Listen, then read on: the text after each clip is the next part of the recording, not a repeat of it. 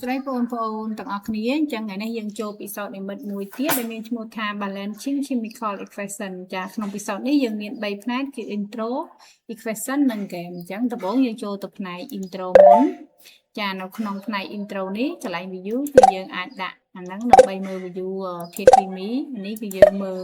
អញ្ជីងថ្លឹងតើខាងណាធ្ងន់ជាងឬក៏ស្មើគ្នាហើយយើងក៏អាចជ្រើសរើសមួយនេះដែរចាគេដាក់ឲ្យយើងស្មើគ្នាឬខុសគ្នាអញ្ចឹងឥឡូវអ្នកយើងជ្រើសរើសជីនេះមកហើយយើងចាប់ផ្ដើមថ្លឹងក្នុងផ្នែក intro នេះយើងមានតែ3សមីការទេគឺ make អាម៉ូញ៉ាបាតុកម្មបង្កើតអាម៉ូញ៉ា separate ទឹក separate water គឺបំបែកទឹកនិងcompost មេតានចាចំហេះមេតានអញ្ចឹងយើងដំបូងយើងចូលទៅ make អាម៉ូញ៉ាមុនមកអញ្ចឹងអាម៉ូញ៉ាគឺបានមកពី H2 បាតុកម្មមួយ N2 អាសូតបាតុកម្មមួយ H2 អ៊ីដ្រូសែនយើងទួបាន NH3 គឺអាម៉ូញ៉ាចាដើម្បីថ្លឹងសមីការនេះឲ្យត្រឹមត្រូវយើងមើល N សិនមក N យើង2 N នេះ1អញ្ចឹងយើងគុណវានឹង2ចាយើងចុចឡើងទៅលើយើងគុណចាបន្តមកទៀតមានន័យថា n របស់យើងគឺស្មើហើយតែនៅអីនៅ h របស់យើង h ខាងស្ដាំមានយើងមើលលេខនេះដាក់6 h ខាងឆ្វេងនេះ2អញ្ចឹងតែ2គុណប្រមាណបាន6អញ្ចឹង2គុណ3អញ្ចឹងយើងដាក់លេខ3មកអញ្ចឹងឃើញវាស្មើហើយគេចេញរូប balance នេះមកគឺសមីការហ្នឹងស្មើហើយចាអញ្ចឹងយើងចប់ត្រឹមសមីការហ្នឹងស្មើ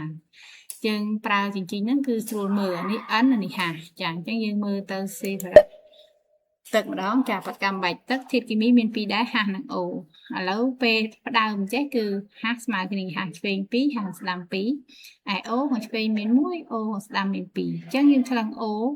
ដាក់ខាងនេះ2មកអញ្ចឹងយើងដាក់ឡើងនេះ O2 2ស្មើហើយប៉ុន្តែ H យើងឡើងទៅជា H ខាងនេះ4 H ខាងនេះ2អញ្ចឹងយើងគុណ H ខាងនេះនឹង2ដែរយើងគុណ2អញ្ចឹងស្មើគ្នាគឺចេញរូបនេះមកចាអញ្ចឹងយើងទៅមួយទៀតចាអញ្ចឹងចំហេះមេតាន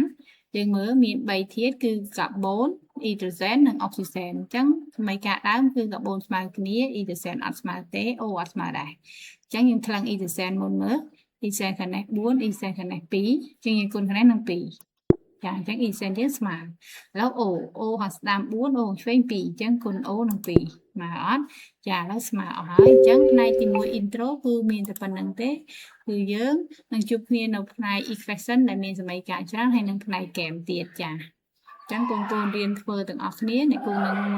មានវីដេអូហើយនឹងមាន link ភ្ជាប់ជាមួយនឹងវីដេអូនឹងដែរចាដែលអាចធ្វើពិសោធន៍នឹងបាន